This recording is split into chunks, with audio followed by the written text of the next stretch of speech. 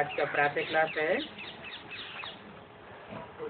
22 जून 1968।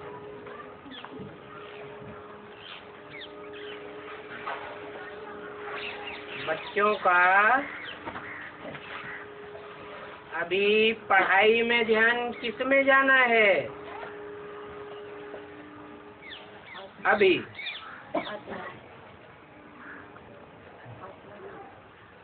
अभी जो टाइम चल रहा है उस अनुसार पढ़ाई में ध्यान किस में जाना है? एम ऑब्जेक्ट क्या होना चाहिए? अभी सबका अंतिम जन्म है। इसके बाद इस कल्प में कोई भी और जन्म नहीं होने वाला है।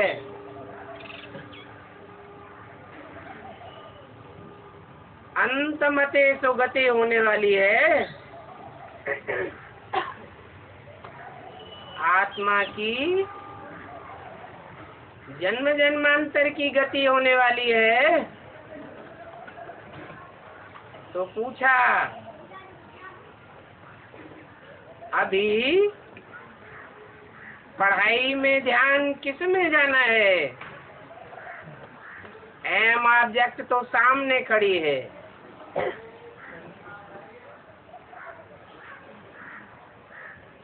एम ऑब्जेक्ट है नर से नारायण बनना और नारी से लक्ष्मी जैसा बनना। इससे ऊंचा पदमान मर्तबा तो कोई दुनिया में होता ही नहीं।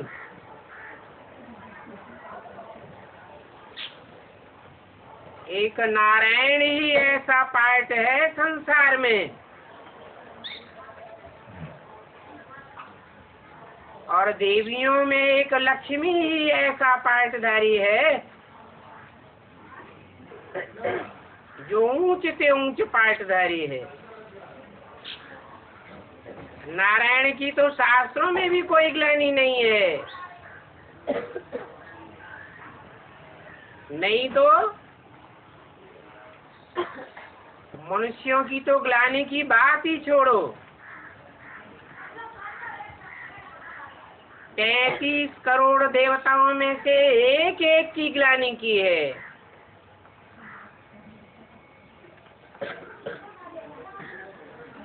भगवान के अनेक रूप और नाम बताए हुए हैं, परंतु सब की ग्लानि की है।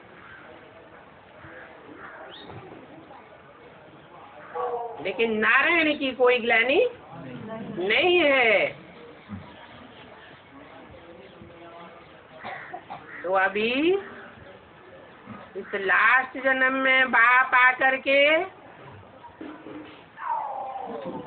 तुमको ऊंच से ऊंच लक्ष्य देते हैं। इस अंतिम जीवन का ऊंचे से ऊंचा मर्तबा है नर से नारायण जैसा देवता बनना।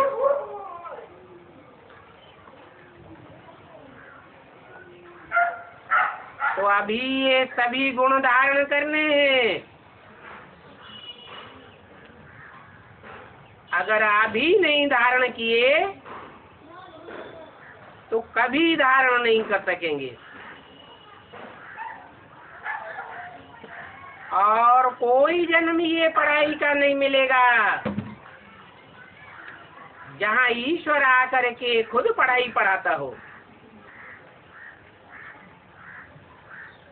अपनी जांच करनी है।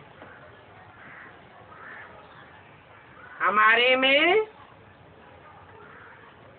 ये लक्ष्मी या नारायण जैसे सभी गुण हैं, क्योंकि जो जानते हैं उनका ही ध्यान जावेगा, और तुम बच्चों का ही ध्यान जाना है। दुनिया वालों का तो ध्यान नहीं जावेगा।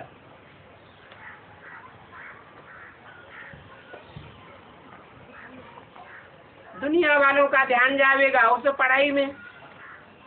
मास्टर बनेंगे, कलेक्टर बनेंगे, मंत्री बनेंगे, प्रधानमंत्री बनेंगे, वो सब अल्पकाल के मर्तबे है।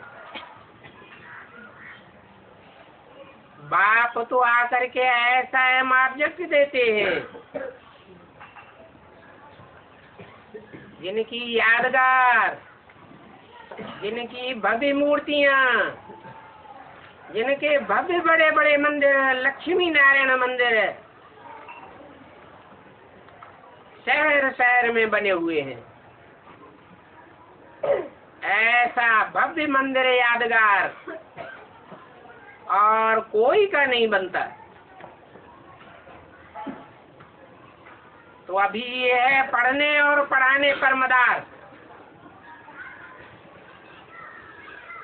ईश्वरीय पढ़ाई पढ़ना है और ईश्वर की पढ़ी हुई पढ़ाई ही औरों को पढ़ानी है।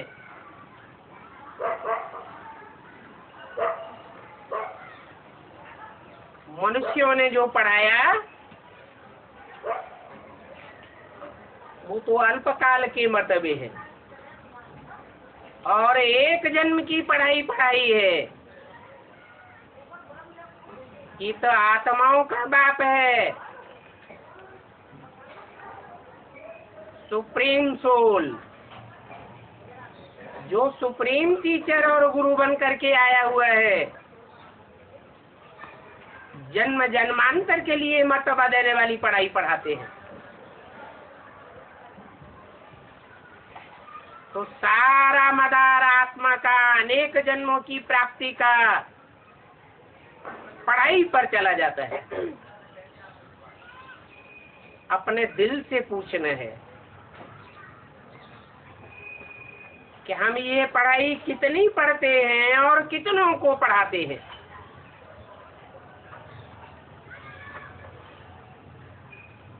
अभी संपूर्ण देवता तो कोई बना नहीं है।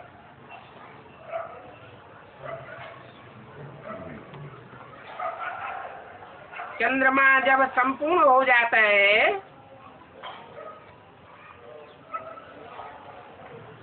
तो कितना खिला हुआ दिखाई पड़ता है। अभी तुम्हारी आत्मा की भी कलाएं खत्म हो गई है।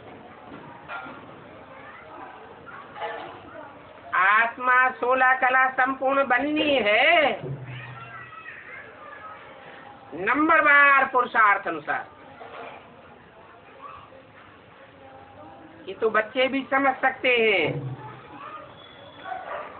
और टीचर भी समझ सकते हैं कि हम कैसी नंबरवार पढ़ाई पढ़ रहे हैं। ये भी जानते हो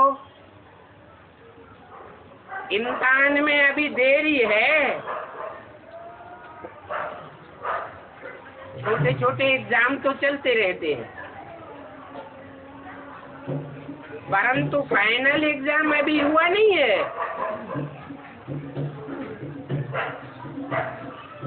तो भी ये सुप्रीम बाप, सुप्रीम टीचर एक एक बच्चे के ऊपर नजर रखते हैं। ये क्या कर रहे हैं? अल्पकाल की प्राप्ति में जा रहे हैं या जन्म जन्मांतर की जो सदा काल की प्राप्ति कराने वाला बाप है उसके बताए हुए इशारे पर जा रहे हैं। अपनी तकदीर से कितना ऊंच पद बनाए रहे हैं। तकदीर बनाने के लिए तदबीर बताने वाला बाप तो आया हुआ है। सभी फूलों की ओर देखते हैं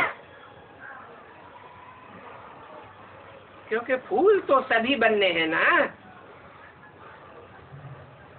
ये बगीचा है ऊंच से ऊंच बागवान का, और इस बगीचे में हर एक फूल अपनी अवस्था को जानते हैं।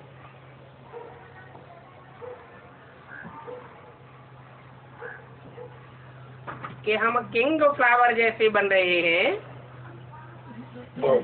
या क्वीन फ्लावर जैसे बन रहे हैं, या कि कोई दुर्गंध छोड़ने वाले फूल बन रहे हैं, छोटे फूल बन रहे हैं या बड़ा फूल बन रहे हैं, स्वदेशी रूहे गुलाब बन रहे हैं या विदेशी गुलाब दिखाई दे रहे हैं, खुशबुओं से पता तो चलता है ना।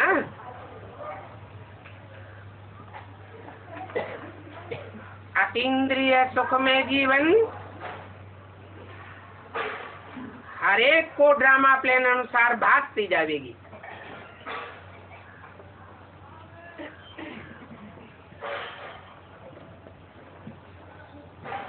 जैसे इंद्रियां नंबरवार है,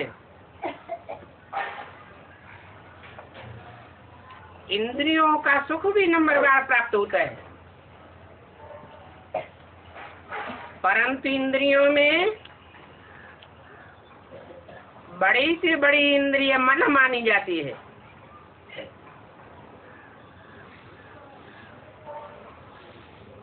मन अगर कोई इंद्रिय का साथ न दे तो भी सुख दुख नहीं भोगा जा सकता।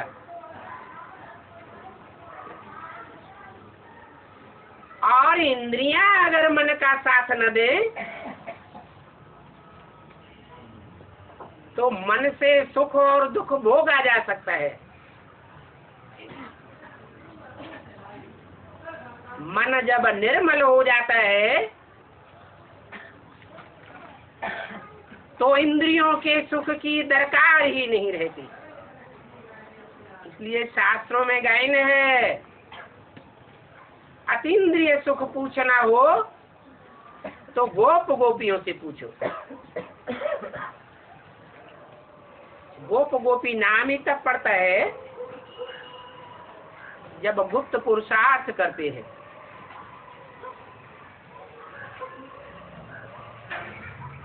पुरुष आत्मा को कहा जाता है। आत्मा के अर्थ जो भी किया जाता है वो अपनी आत्मा का भी कल्याण करता है और सारे संसार के कल्याण के लिए भी होता है।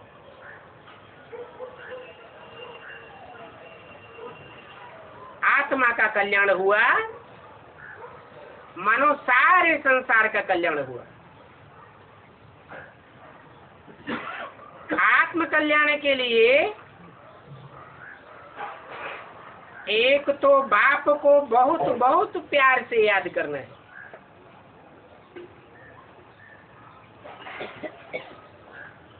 क्योंकि याद करने से ही हम बाप के घर में नंबरवार रिटर्न होते हैं। जो बाप के घर में पहले पहले जावेंगे वो नई दुनिया स्वर्ग में भी पहले पहले आवेंगे और पहले ही नंबर का मर्तबा पावेंगे। नहीं तो जिस नंबर में जावेंगे उस नंबर का मर्तबा पावेंगे।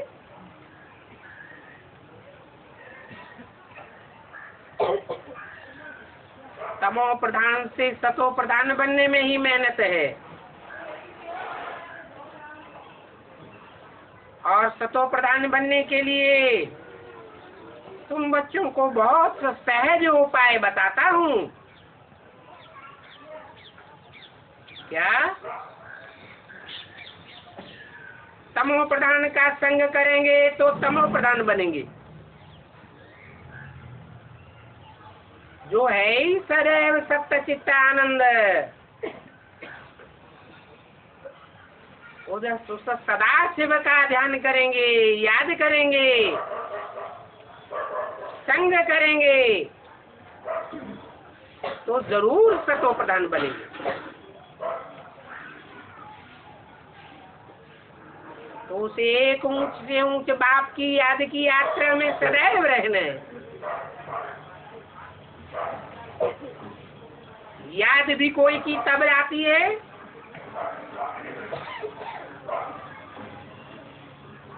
जब उसे आंख से देखा जाता है,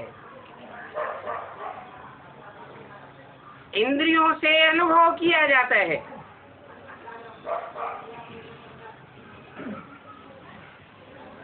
अनुभव बहुत बड़ी चीज है। याद में भी अनुभव काम आता है। तो हर एक अपने दिल से पूछे, हमारी याद का चार्ट ठीक रहता है? प्यार भरी याद आती है?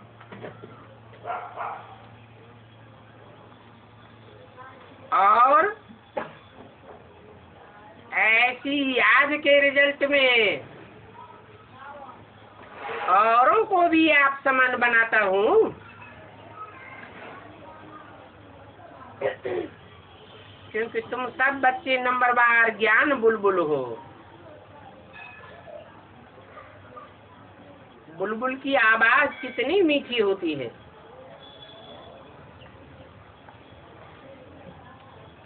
तुम्हारी ज्ञान की आवाजें तामसी आत्माओं को भी दिल खुश कर देती है।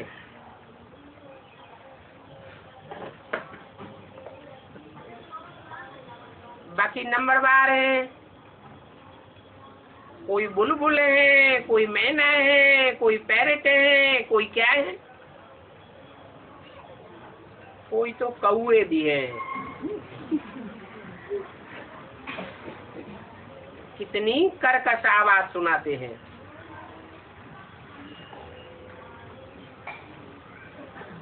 और खाते भी गंध है। गंध खाने में उनको कितना मजा आता है।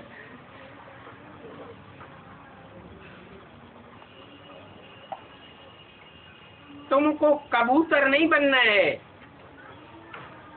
कौआ नहीं बनना है, तुमको तो शास्त्रों में जो प्रसिद्ध है शिव बाबा के मंदिर के तोते बनना है, जिनको ज्ञान की कंठी पड़ी हुई है।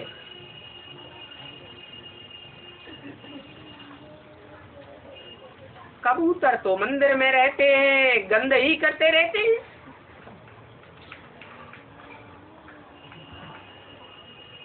उनके मुख से आवाज भी नहीं निकलता। आवाज निकालना भी चाहते हैं तो भी अंदर की अंदर गुटगुं करके रह जाती है। कर्म ऐसे किए हुए हैं कि ज्ञान की आवाज मुख से नहीं निकाल सकते।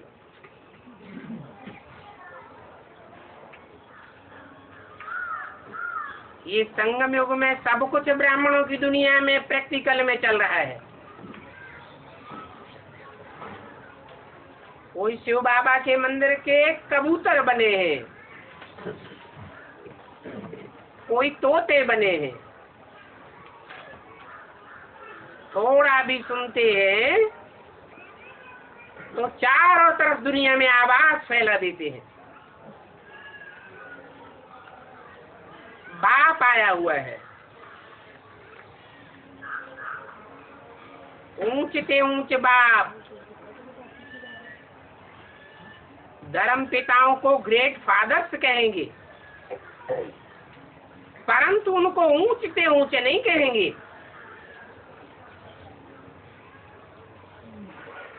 इब्राहिम बुद्ध क्राइस्ट को दुनिया की बड़ी बड़ी जनरेशन मानती है। ग्रेट फादर मानती है, परंतु गॉड फादर कोई नहीं मानता। ये तो ऊंच से ऊंच बाप पढ़ाई पढ़ाई रहा है।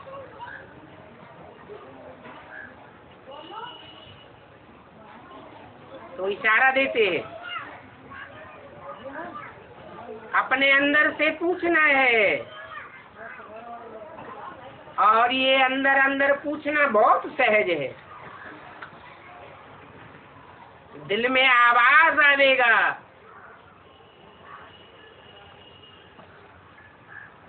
कि हम कबूतर बन रहे हैं, तोते बन रहे हैं, बुलबुल बन रहे हैं, या मोर मोरनी बन रहे हैं। कहाँ तक हम बाबा की याद में रहकर ज्ञान का डांस करते हैं, और कहाँ तक अतीन्द्रिय सुख में रहते हैं। क्योंकि संगम युग का खजाना बड़े से बड़ा खजाना है। कौन सा? खुशी। सब कुछ चला जाए, लेकिन ज्ञान में ऐसा हाल मत हो कि ज्ञान बाप की पढ़ाई है, खुशी न जाने पावे, तो सुख की दुनिया की शूटिंग होती रहेगी। ये दुनिया एक वर्ल्ड ड्रामा है ना, उस ड्रामा में भी 4 सीन 3 सीन होते हैं, इसमें भी 4 सीन है। सतयुग, त्रेता, द्वापर, कलयुग। चारों ही सीन में सुख की शूटिंग करना अच्छा है, या थोड़ा बहुत दुख बढ़ता रहे तो भी अच्छा है। कोई नहीं चाहता कि हमें दुख मिले, परंतु फिर भी बाप जो तदबीर बताए रहे हैं, वो तदबीर धारण नहीं करते। सतयुग त्रेता में सुखी होना कोई बड़ी बात नहीं है, लेकिन द्वापर कलयुग जो दुखों की दुनिया है, रावण राज्य है, उसमें भी सुख की शूटिंग करना कितनी अच्छी बात है। और धर्म वालों को तो आधा सुख आधा दुख मिलता है।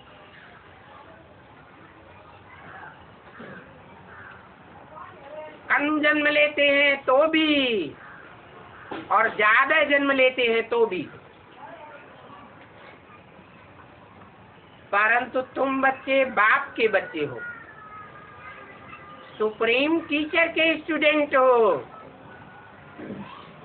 तुमको इस 84 के चक्र में पौना हिस्सा सुख और चौथाई हिस्सा दुख नुदा हुआ है। कोई कोई ऐसे बच्चे भी हैं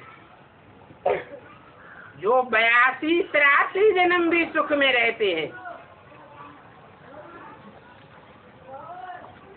तो कितने भाग्यशाली बच्चे होंगे।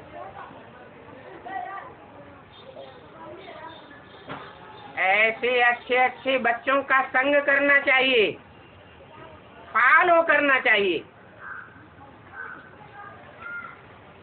मनुष्य से देवता बनना है ना, कच्चा देवता बनना है या पक्का देवता बनना है? कच्चे देवता बनेंगे तो सतयुग त्रेता में भी कम जन्म होंगे, और द्वापर युग से दूसरे धर्म में कन्वर्ट होते रहेंगे। जिनके लिए गीता में भी कहा है, स्वधर्मे निधनम श्रेयः, परधर्मो भयावह, दूसरे के धर्म में कन्वर्ट होने से जन्म जन्मांतर भय और दुख की प्राप्ति होती रहती है। दूसरे धर्म की आत्माएं दास दासी बना करके रखेंगी। नारायण के राज्य में तो प्रजा भी ऐसे रहती है जैसे राजा के परिवार के बच्चे होते हैं। यथा राजा तथा प्रजा।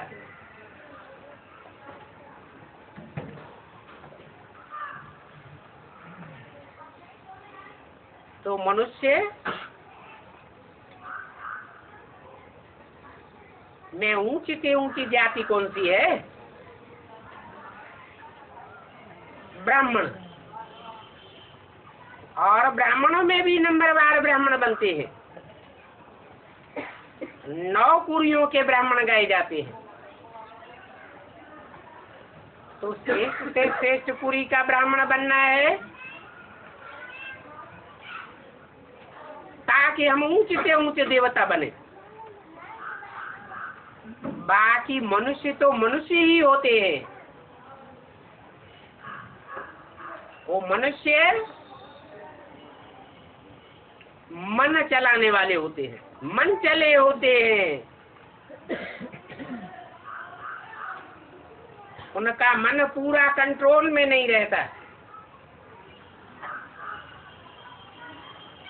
इसलिए मनु की औलाद मनुष्य कहे जाते हैं।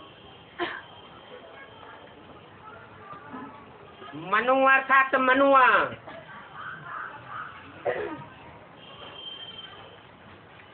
शिव बाप आते हैं तो 3 मूर्तियों के द्वारा संसार में प्रत्यक्ष होते हैं। उनमें एक मूर्ति मनु भी है जिसका मन बहुत चलायमान होता है। त्रिमूर्ति में उसको मन रूपी घोड़ा कहा गया है।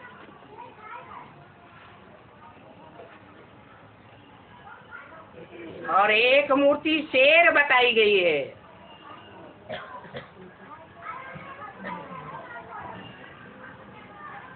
शेर भी 2 प्रकार के होते हैं। एक बब्बर शेर होता है और एक चुस्त और चालाक होता है। टाइगर या बाघ कहा जाता है।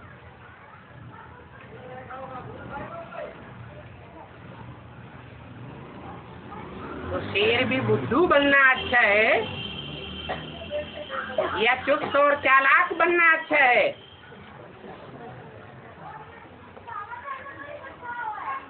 बुद्धू पढ़ाई कैसे पढ़ेगा? चुस्त बुद्धि होगा तो अच्छी पढ़ाई पढ़ेगा। और अच्छी से अच्छी पढ़ाई पढ़ाने वाला तो एक ऊंच से ऊंच बाप ही है जो मन चले मनुष्यों को अमन बनाता है, मन के ऊपर फुल कंट्रोल करने वाला बना देता है, देवता बनाता है। देवताओं का मन चलायमान नहीं होता।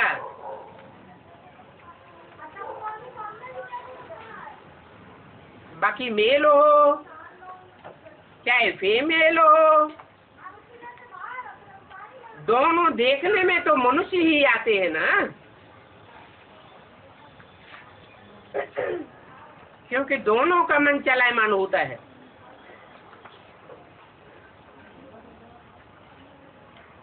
फिर तो मनुष्य ईश्वरीय पढ़ाई पढ़ के ब्रह्मा के बच्चे बनते हो। ब्राह्मण, ब्राह्मण उनको कहा जाता है जो ब्रह्मा के मुख से निकली हुई बात को मानता है। इसलिए उनको मुखवंशावली ब्राह्मण कहा जाता है, क्योंकि मुख से निकली हुई बातों को वजूद देते हैं। बाकी कोई ऐसे भी ब्राह्मण हैं जो ब्रह्मा की बातों को तो नहीं मानते, लेकिन गोद को बहुत प्यार करते हैं। ब्रह्मा का चेहरा उनको बहुत याद आवेगा, देह बहुत याद आवेगी, तो वो कुख वंशावली ब्राह्मण कहे जाते हैं। मुख श्रेष्ठ होता है। कुख वंशावली ब्राह्मण बनने वाले और धर्मों में कन्वर्ट होते रहेंगे। जब अद्वैतवादी द्वापर युग शुरू होगा और जो मुखवंशावली ब्राह्मण होते हैं वो और कोई की बातों में आने वाले नहीं हो सकते।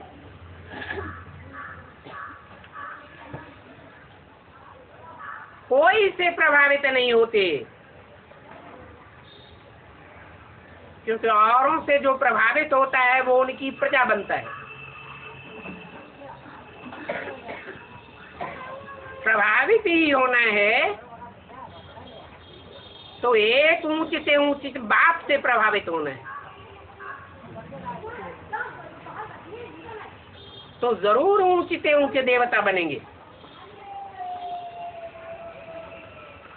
इसलिए बाप कहते हैं, बाप को तुम बच्चों के ऊपर विश्वास है, श्रद्धा है, इसलिए तुमको उठाया है।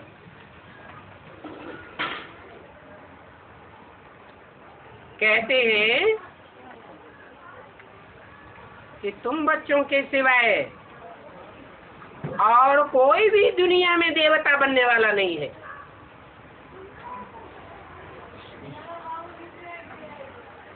यहाँ तुम आते ही हो दैवी घराने का मालिक बनने के लिए, दैवी घराने के भांति बनते हो।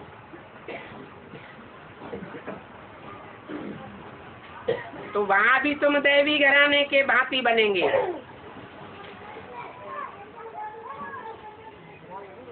तुम पहले पहले बाप के घराने के भांति बनते हो।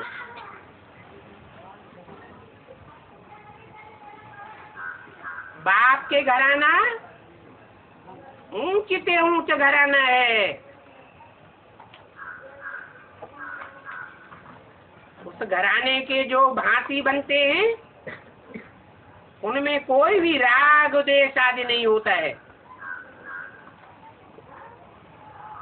ऐसे दैवी घराने के तुम मालिक बनते हो,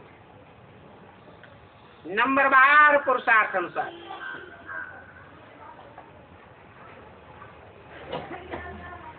तुम ऐसी दुनिया में जाते हो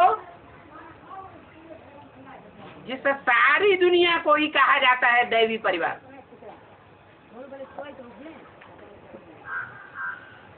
अभी तुम बच्चे जानते हो हम दैवी परिवार का बनने के लिए खूब पुरुषार्थ कर रहे हैं।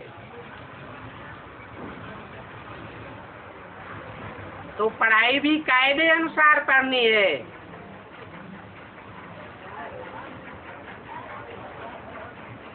ऊंच से ऊंच बाप की पढ़ाई को कभी मिस नहीं करना चाहिए। भले बीमार भी हो जावे, 106 डिग्री बुखार भी चढ़ जावे, तो भी बाबा की मुरली मिस नहीं करनी है। तो टीचर का कितना प्यार रहेगा।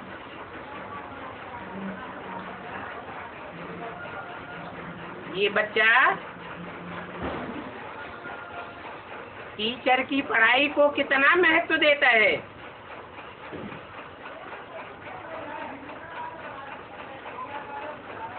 सदैव शिव बाबा याद रहे। बाप बाप के रूप में, टीचर के रूप में, गुरु के रूप में, और याद करने में तो मुख चलाने की भी बात नहीं है।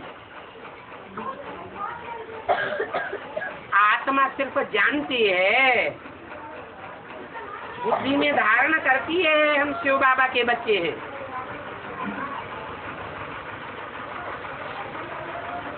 और बाबा हमको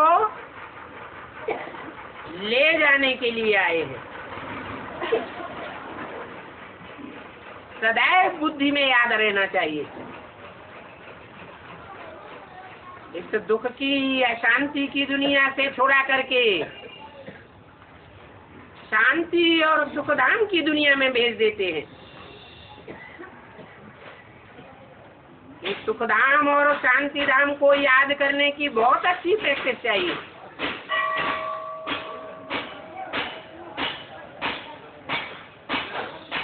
भले कहाँ भी पड़े हुए हो,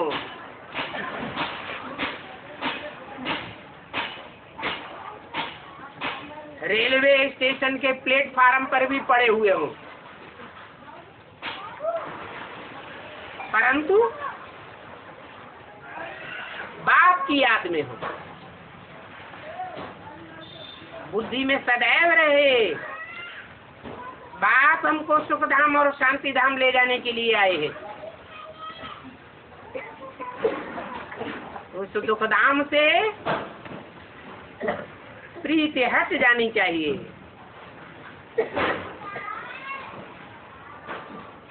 तुम अब शांति धाम में जाने वाले हो। कितना सहज बातें बताते हैं। बहुत हैं जो इन सहज बातों की भी बहुत धारणा नहीं कर सकते हैं। अच्छा, इन बातों को भी छोड़ दो, तुम याद में तो रहो। याद में रहेंगे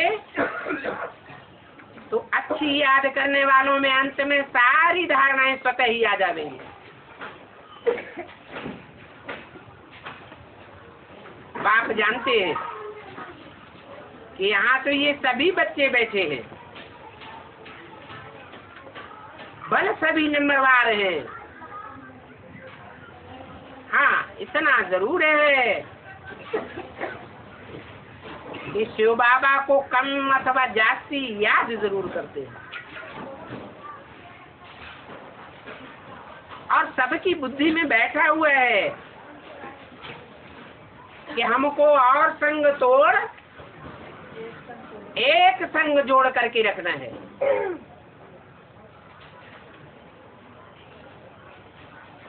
ऐसी पक्की धारणा अगर हो जावे तो और कोई की याद नहीं रहेगी, परंतु इस बात में ही पिछाड़ी तक पुरुषार्थ करना पड़ता है।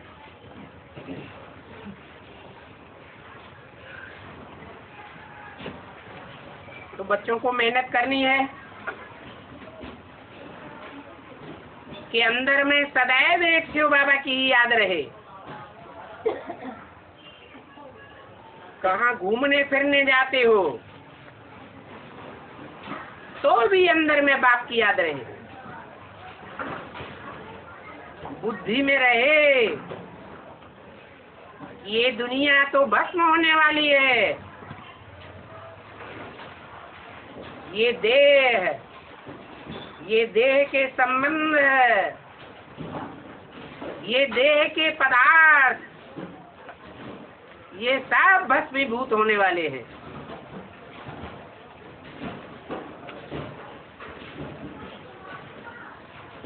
ऐसा समझने में मुख चलाने की बात नहीं रहती है। अति सहज पढ़ाई है। पढ़ाई पढ़ा करके तुम बच्चों को बाप आप समान बनाते हैं। जैसे बाप सदा शिव है, उसकी बिंदी का ही नाम शिव है। तुम बच्चों को भी ऐसी बिंदी निराकारी स्टेज वाला बनाए देते हैं कि तुम 2500 वर्ष आत्मिक स्थिति में रहने वाला बन जावेंगे, सही स्थिति में रहने वाला बन जावेंगे।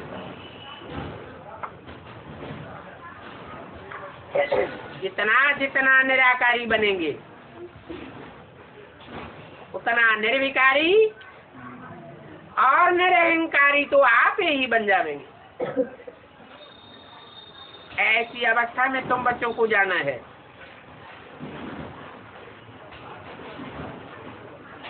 इस दुनिया के रंगमंच पर तुम जिस अवस्था में आए थे बाप के घर से, उसी अवस्था में तुमको जाना है। तो जानते हो कि सतो प्रधान अवस्था सतयुग में होती है। ये बात समझने और समझाने की कितनी सहज है। तो घर का काम काज करते चलते फिरते अपन को फूल बनाना है, घड़ी घड़ी जांच करनी है हमारे में कोई गड़बड़ तो नहीं है।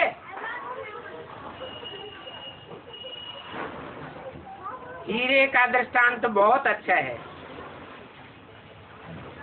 अपनी जांच करने के लिए।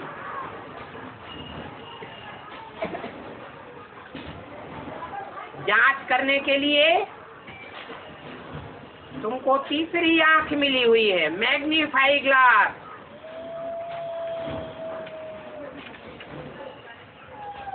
तो तुम अपनी जांच अपने आप कर सकते हो। देखना है मेरे में रिंचक मात्र भी देह अभिमान तो नहीं है। देही अभिमानी बनने से ही अवस्था पवित्र बन जाएगी। भले इस समय सभी पुरुषार्थी हैं, परंतु तुम सब पुरुषार्थियों के सामने अहम ऑब्जेक्ट खड़ी रहती है।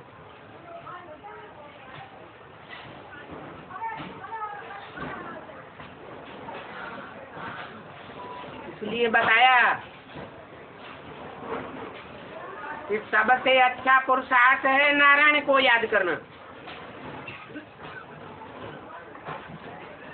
जैसे को याद करेंगे वैसे ही बन जाएंगे और अंत मते सो गते हो जाएगी। भक्ति मार्ग में भी तुम गाते आए हो, बाबा आप जब आवेंगे तो हम आपके सिवाय और कोई को याद नहीं करेंगे। बच्चे जानते हैं कि बेहद का बाप कल्प कल्प के अंत में आता है। अभी भी तो बाबा आ गया है ना, तो तुम बच्चों को बाप घड़ी घड़ी याद दिलाते हैं। भक्ति मार्ग में तो तुम ऐसे ही गाते आए हो कि आप आवेंगे तो आप पर हम बारी जावेंगे। अभी तो प्रैक्टिकल करने का टाइम आ गया। अभी मैं सन्मुख आया हुआ हूँ, तो औरों के संग बुद्धि का योग तोड़ना है। भले गृहस्थ व्यवहार में रहो, परंतु इसमें भी पवित्रता की मुख्य बात है। कमल फूल समान पवित्र रहना है। बल कमल कीचड़ में रहता है, परंतु कीचड़ से बाहर निकाला और 1 सेकंड में देखने में आता है कि कीचड़ का एक बूंद भी उस पर स्थायी नहीं रह पाता। तो कमल फूल का दृष्टांत इस बात का दिया जाता है। कमल का फूल तालाब में रहता है, नारायण को भी क्षीर सागर में दिखाया जाता है ना।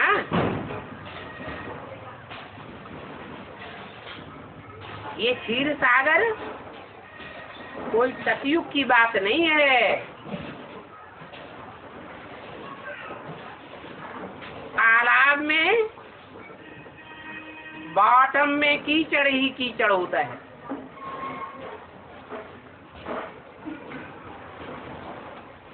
तुमको भी क्षीर सागर सा ही नारायण जैसा बनना है।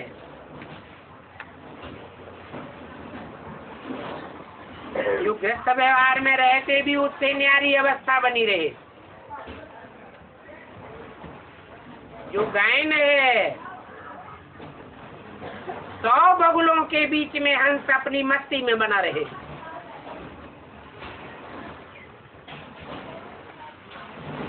बगुलों की बकबक का कोई भी असर न पड़े। फालतू बातों को एक कान से सुनो और दूसरे कान से निकालते रहो। ओम।